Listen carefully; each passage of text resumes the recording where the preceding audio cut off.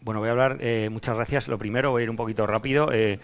El doctor Arriaza ya ha hablado de esto, pero también quería insistir un poco en el tema. Es verdad que los resultados de la menistectomía o de la artroscopia de rodilla en pacientes con artrosis no es muy buena, pero quizás también el péndulo ha oscilado excesivamente al lado conservador hasta el punto de afirmar que hay cirugías que hacemos que son inútiles, como también se ha dicho de la cirugía de columna, de las prótesis de rodilla, de tantas otras. Y es verdad que, como ha dicho el doctor Sánchez Alepuz, hacemos muchas artroscopias de rodilla y muchas menistectomías en Estados Unidos, pero también nosotros en España, y probablemente sea el procedimiento artroscópico, el procedimiento ortopédico más realizado. Este es el problema, evidentemente, la rotura horizontal degenerativa, y es verdad que es muy prevalente en esta población, pero como ya se ha comentado, hay que diferenciar la clínica, hay que historiar a los pacientes. No es lo mismo un paciente que prácticamente no se acuerda que rodilla le molestaba a pacientes que realmente le está suponiendo una alteración, una disminución en su nivel de actividad a estas edades, o pacientes que están desarrollando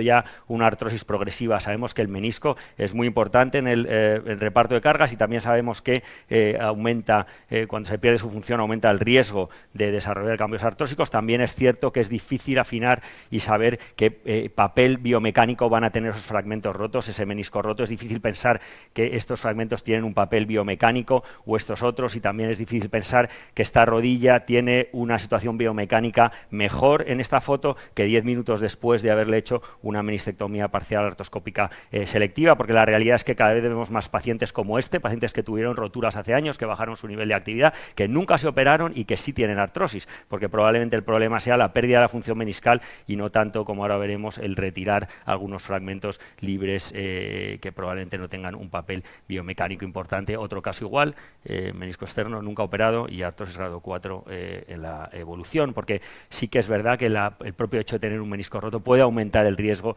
de desarrollar artrosis, y también hay patrones específicos de edema óseo asociados a esa inestabilidad, y ya hay algunos artículos que hablan de ese papel quizás predisponente de la rotura meniscal en la pérdida de la función y del desarrollo propio de la artrosis. No solo la menistectomía es mala, la rotura y la pérdida de la función. Esto es un informe de la artroscopia, pero no es una artroscopia, no es una resonancia, perdón. Esto sí es una resonancia. Hay que mirar las imágenes, porque, como seguro el doctor Villascusa dirá luego, esto es una rotura degenerativa del menisco interno. O sea que es verdad que están las banderas rojas, pero también es verdad que hay algunos patrones de rotura sobre los que nosotros vamos a poder actuar, y necesitamos diagnosticarlos adecuadamente, probablemente con una prueba de imagen.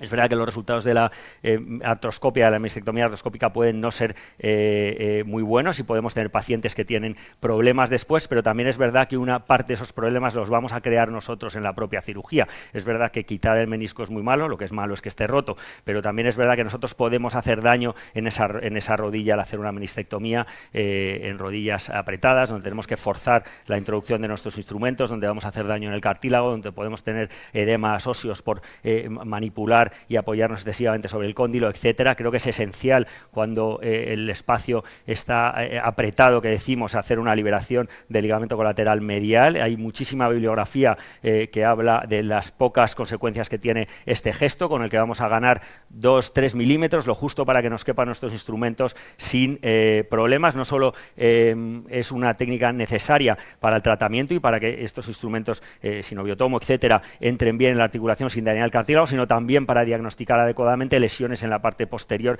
que muchas veces pueden pasar desapercibidas si no abrimos el compartimento medial. Como ya ha dicho el doctor Arriaza, no todas las roturas degenerativas necesitan cirugía, pero eso no significa que ninguna rotura degenerativa necesite cirugía. Evidentemente hay que historiar al paciente, tener en cuenta las imágenes, y yo creo que es fundamental tener una técnica quirúrgica adecuada.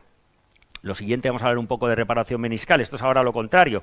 Pacientes que pierden el menisco, sabemos que tienen problemas a largo plazo. Pacientes, sobre todo, que pierden el menisco externo, rápidamente van a tener cambios degenerativos. Pacientes jóvenes con asas de cubos, luego vamos a ver muy rápido que desarrollan cambios degenerativos en los compartimentos afectos. Así que la idea actualmente es intentar reparar siempre que se pueda, y también siempre veremos que tengamos unos porcentajes relativamente buenos de éxito. Este es mi esquema más o menos. Yo creo que cada uno de nosotros deberíamos de tener nuestro propio esquema de qué hacemos en cada zona, qué instrumental utilizamos, qué técnica específica utilizamos, pero lo que es fundamental es que hay que tener en cuenta el tiempo de cirugía y también hay que tener en cuenta el tener el material específico en el quirófano. No podemos operar a un paciente y hacerle una meniscectomía cuando podíamos haber suturado ese menisco simplemente porque no tengamos el instrumental en el quirófano. Pues hay que tenerlo en el quirófano, hay que pedirlo, tenerlo en depósito, lo que sea, pero eso no es una excusa hoy en día. Los resultados son bastante buenos de las suturas en general y por eso hay que insistir en la necesidad, sobre todo en pacientes jóvenes y activos, de reparar los meniscos, y creo que es muy importante insistir que hay que ser muy agresivos suturando el menisco externo, porque los resultados son muy buenos, porque biomecánicamente es más importante y porque el pronóstico de la resección es muy malo, y quizás con el tiempo lo que estamos viendo es que en el menisco interno quizás tengamos que seleccionar mejor nuestras roturas porque biomecánicamente puede ser menos importante, el porcentaje de éxitos en el menisco interno es menos alto y el pronóstico de la resección es mejor. O sea que hay que seleccionar mejor las roturas del menisco interno, pero ser muy agresivo suturando las roturas del menisco externo. Mejor pronóstico, pues roturas del menisco externo, ya hemos dicho, longitudinal, vertical, zona roja. Fundamental el eje, como ya ha comentado, roturas agudas traumáticas y asociadas al ligamento cruzado anterior. Lo contrario, peor pronóstico, menisco interno, roturas complejas en la zona blanca, crónicas a traumáticas. La edad, por arriba y por abajo, también roturas aisladas en pacientes jóvenes pueden tener peor pronóstico que en pacientes de más mayores. Técnicas, ya las conocemos, todo dentro, dentro fuera, fuera dentro, las raíces y la rampa de las que hablará el doctor Villaescusa. Luego es fundamental a la hora de elegir una técnica tener en cuenta la localización de la rotura, la disponibilidad que tenemos de los diferentes implantes, el coste también, pero fundamental la experiencia del propio cirujano y el entrenamiento. Reparaciones todo dentro, con diferentes dispositivos asociados a suturas y a implantes muy poco agresivas, con los mismos portales que podemos utilizar habitualmente para hacer nuestras cirugías, y que probablemente nos ayuden a resolver un número muy importante de roturas. El problema fundamental de las técnicas todo dentro es el coste de los implantes, evidentemente. Fuera dentro lo podemos hacer con algunos implantes modificados específicos o simplemente con Avocats, muy barato, y una cosa fundamental de las reparaciones fuera dentro es la posibilidad de dar múltiples puntos de sutura sin encarecer excesivamente el procedimiento quirúrgico. Dentro fuera no se usa tanto porque, entre otras cosas, necesitamos un ayudante, es un poco más farragoso, una contraincisión en el lado contrario, quizás algo más de riesgo de lesiones neurovasculares, pero creo que es una técnica buena, sobre todo para lesiones inestables, complejas del menisco externo, donde podemos hacer pasar de nuevo muchos puntos de sutura y conseguir una reparación adecuada. Una patología que yo creo que es interesante hablar, el menisco externo hipermóvil. Es fundamental hacer una exploración adecuada de la zona del hiato poplito durante la cirugía, porque hay algunas lesiones que clínicamente asemejan un asa de cubo menisco externo, pacientes con chasquido, bloqueo muy evidente, y la resonancia normal, informada como normal, y el menisco se comporta como un asa de cubo porque está desinsertado de la periferia. Esto es fácilmente reparable con unos puntos todo dentro alrededor del hiato. Otra cosa que me parecía interesante comentar, las lesiones del cuerno anterior del menisco externo, normalmente asociadas a quistes parameniscales, donde hacer una resección segmentaria del menisco va a dejar ese menisco sin función biomecánica, donde podemos repararlos fácilmente haciendo unas suturas circunferenciales. Menisco externo discoideo, simplemente insistir en que con frecuencia tienen roturas periféricas, que no solo va a haber que regularizar el centro, sino también hacer una reparación de esas lesiones periféricas que presentan. Y las roturas radiales, que sí que estarían en esa zona donde tenemos que poner una balanza, el riesgo de re-rotura y las capacidades técnicas también. Es verdad que estas roturas las podemos reparar con diferentes técnicas y lograr reparaciones muy satisfactorias, pero que quizás tengan un riesgo elevado de re-rotura, también es cierto. En el menisco externo, insistir que las roturas horizontales las podemos suturar con resultados bastante buenos, con suturas circunferenciales, logrando una conservación de ese tejido meniscal.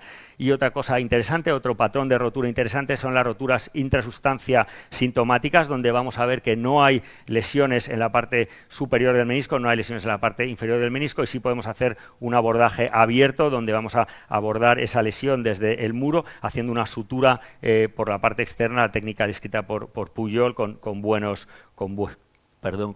resultados. En cuanto a las técnicas de estimulación, es gratis hacer un raspado, hacer un trefinado, hacer ciertas técnicas de estimulación, y también lo es hacer unas microfracturas en la escotadura para intentar que haya algo de sangre, y hacer incluso un aspirado de médula ósea para potenciar biológicamente esa reparación, PRP, coágulos de fibrina, otras cosas que están más discutidas y que quizás encarezcan el procedimiento, pero esto no. Como conclusión es intentar reparar siempre, seleccionar el paciente y la rotura. La liberación del ligamento colateral medial yo creo que es importante, no solo para hacer una meniscectomía y para mejorar la técnica, sino también como diagnóstico. Hay que tener el material en el quirófano, hay que tener en cuenta los nuevos tipos de rotura y tener en la cabeza un esquema de reparación por zonas. Un recuerdo a Blanca Fernández Ochoa y una responsabilidad para nosotros que vemos deportistas. El deportista retirado, que ha acabado su carrera, tiene una altísima incidencia de problemas psiquiátricos y tiene una altísima incidencia de problemas también económicos, y eso lo tenemos que tener nosotros en cuenta que vemos a deportistas. Muchas gracias.